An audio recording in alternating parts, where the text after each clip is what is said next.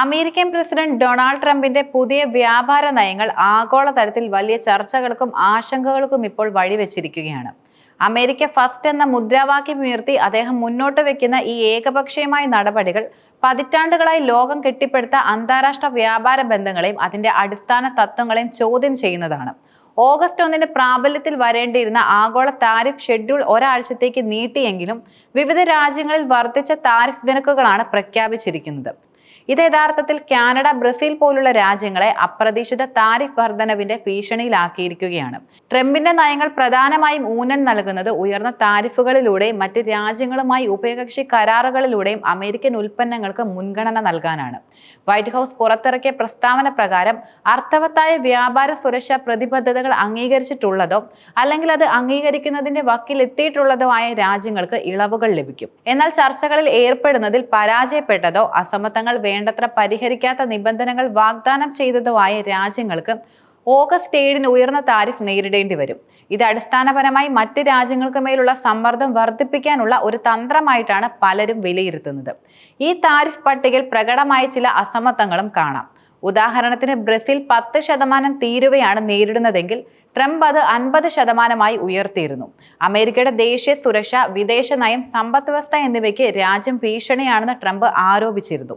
ഇതിനു മുമ്പും ബ്രിക്സ് രാജ്യങ്ങൾ ആഗോള മാനദണ്ഡമായി ഡോളറിനെ നശിപ്പിക്കാൻ ശ്രമിക്കുന്നുവെന്ന് ആരോപിച്ചുകൊണ്ട് ട്രംപ് എല്ലാ ബ്രിക്സ് രാജ്യങ്ങൾക്കും 10% അധിക തീരുവ ചുമത്തുമെന്ന് ഭീഷണിപ്പെടുത്തുകയും ചെയ്തിരുന്നു.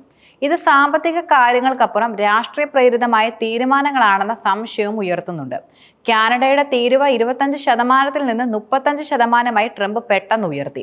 അമേരിക്കയിലേക്കുള്ള ഫെന്റനൈൽ കടൽ തടയുന്നതിന് കാനഡയുടെ തുടർച്ചയായ നിഷ്ക്രിയത്വം ചൂണ്ടിക്കാട്ടിയാണ് ഈ നടപടി. പലസ്തീൻ രാഷ്ട്രത്തെ പിന്തുണച്ചതിന് കാനഡയെ ട്രംപ് വിമർശിച്ചതിനെ തുടർന്ന് അമേരിക്കയും കാനഡയും തമ്മിലുള്ള ബന്ധം സമീപ ആഴ്ചകളിൽ വഷളായിരുന്നു.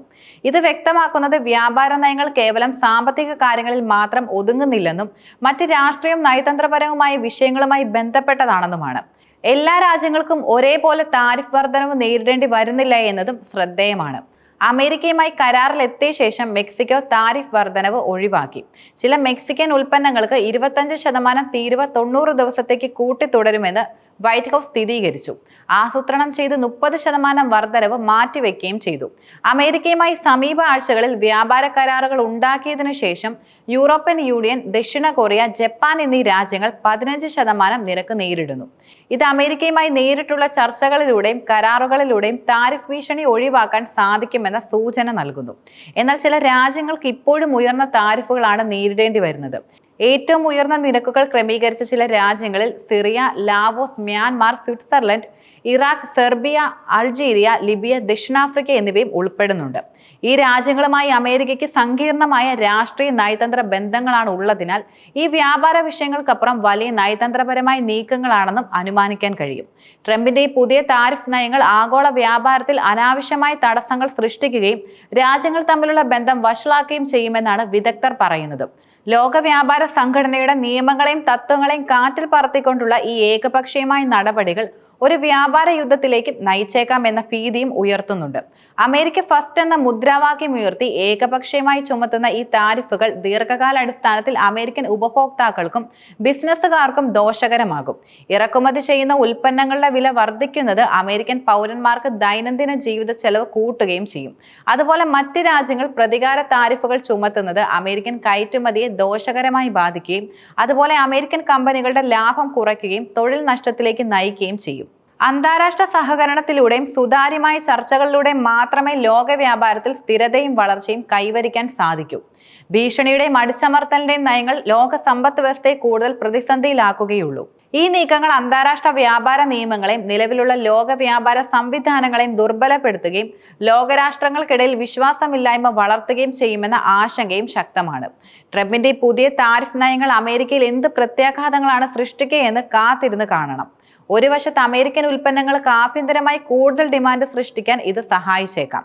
എന്നാൽ മറുവശത്ത് ആഗോള വിതരണ ശൃംഖലയെ ഇത് തകിടം മറിക്കുകയും അമേരിക്കൻ കമ്പനികൾക്ക് അസംസ്കൃത വസ്തുക്കൾ കണ്ടെത്തുന്നത് കൂടുതൽ പ്രയാസകരമാവുകയും ചെയ്തേക്കും. ഇത് ഉൽപാദന ചെലവ് വർദ്ധിപ്പിക്കുകയും അമേരിക്കൻ ഉൽപ്പന്നങ്ങൾക്ക് അന്താരാഷ്ട്ര വിപണിയിൽ മത്സരക്ഷമത നഷ്ടപ്പെടുത്തുകയും ചെയ്യും. കൂടാതെ വ്യാപാര സംഘർഷങ്ങൾ രാഷ്ട്രീയ സംഘർഷങ്ങളായി മാറാതിരിക്കാൻ ലോക നേതാക്കൾക്ക് വലിയ വെല്ലുവിളിയാകും. അന്താരാഷ്ട്ര ബന്ധങ്ങൾ വഷളാകുന്നത് ആഗോള സഹകരണത്തെയും സമാധാനത്തെയും ദോഷകരമായി ബാധിക്കും. ഈ നയങ്ങൾ ദീർഘകാല അടിസ്ഥാനത്തിൽ അമേരിക്കൻ സാമ്പത്തിക വളർച്ചയും ആഗോളതലത്തിൽ അതിന്റെ സ്വാധീനത്തെയും എങ്ങനെ ബാധിക്കുമെന്ന് ഉറ്റുനോക്കുകയാണ് ലോകം ഇപ്പോൾ.